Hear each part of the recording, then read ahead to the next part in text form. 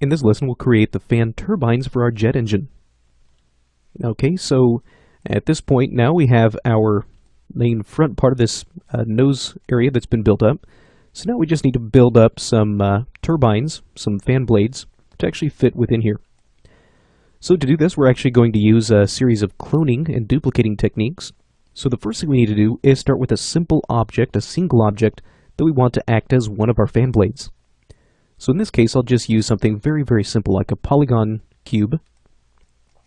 Alright, and we can take this cube, go ahead and pull that forward, switch to my scale tool. Again, just press the X key on my keyboard. And let's come in and scale this down, so that way it can fit in here and basically act as one of our turbine fan blades here.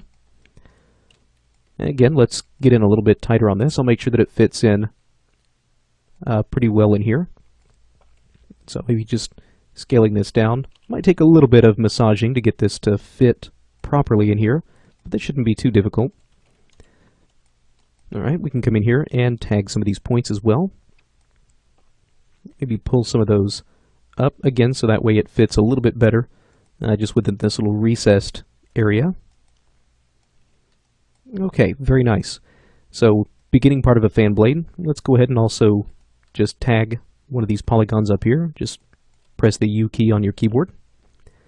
Control D to duplicate that, and we can scale this in just very slightly. And what I'm trying to do is add just a little bit more of a rounded appearance onto this. There we go. So just enough to just barely round out that shape. Okay, now let's come in and maybe grab this, rotate that off to the side just a little bit, because that's something that's fairly common with these fan blades. They'll have just a little bit of tilt to them, a little bit of rotation. Okay, so we have our first fan blade that's been built up. So now what we want to do is essentially take this and duplicate that in order to make the rest of our fan blades. Now before we do that, there are a couple of very, very important things that we need to take into consideration.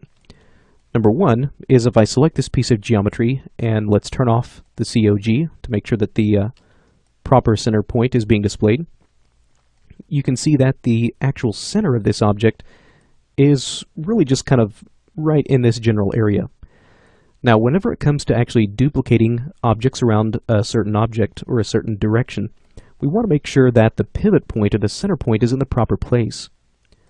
So if I were to jump to my front view here, if you look very closely, we can actually see right here, which is the actual cone, this little nose area of our fan blade. Now, the absolute center of this is really what we want our fan blades to be rotating around. So if I were to grab this fan blade and now come into center mode, again making sure I have my translate tool active, let's come in and just pull the center of this right down there. So that way the absolute center of this cube is perfectly aligned with the absolute center of this little front nose cone. Okay, then once we're done, go back to object mode, and now we should be ready to duplicate. So to go through this process, let's go ahead and go up to Edit, Duplicate Instantiate, and we actually have several options. We can go with a duplicate, or we can go with a clone. Now, in my case, I'm going to use a clone, and we'll see in just a moment why this becomes kind of a useful feature. Now, instead of just simply cloning, let's go to Clone Multiple. Okay, now in this area, this is where we can start to decide some options here, or start to implement some options. So let's say, for example, I want a total of 30 of these different fan blades. Well, we already have one, so really we only need 29 more. So we'll set the copies up to 29. Now, underneath the transforms, over in the transform tab, if we go down to the rotation, this is where we can actually set the rotation degrees that each one of these different copies is going to go through. Now, we want these fan blades to rotate around the Z axis. Now, you could do this in a couple of different ways, actually deciding how many degrees to rotate this. You could pull out your calculator and do a 360-degree circle divided by 30 different fan blades, and that'll give you the number of degrees to actually rotate. However, in Softimage, we can actually do this math directly within these little text inputs.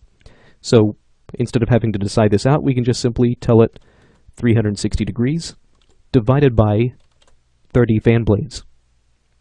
Go ahead and press OK, and Softimage will go ahead and automatically do the math for us to properly rotate these shapes around. Okay, fantastic. So now you can see we have our fan blades that have been built up. Now, I had mentioned that we were going to be doing these as a clone. Now, a clone has the unique ability to still maintain its relationship to its parent object. So if I come back to this cube, what we'll also notice is that these different clones also show up with this little C icon. So if I were to select the original object, the original cube here, if I were to come in and, let's say, tag some of these back points, because you can see we have some of these points that are sticking through, if I were to tag those and move those up and down, you can see that all of the clones still obey that shape. So any changes or modifications that I make to this original fan blade should still be followed through by the clones. So if I were to come in here and, let's say, maybe switch to my scale tool, again, it's going to be the X key on my keyboard. I could come in here and, let's say, maybe try to scale that down a little bit more. And again, if I try to pinch that, we should see that shape reflected in all of the clones as well. Now, at the moment, you can see that it's pretty easy to actually see through these fan blades and into some of this geometry back behind here. So, quick and easy way of fixing that, we could just use a little piece of stand-in geometry to solve that for us. So we could use something like a surface disk. There we are. So there's our disk geometry. If I were to swing up here, you can actually see what this looks like. So what I'd like to do is take this inner radius and bring that all the way down pretty close to 0.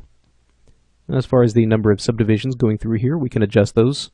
Really, this doesn't need to be any kind of detailed geometry. It's just going to be a very simple placeholder for the back, so we can make do with really minimal geometry.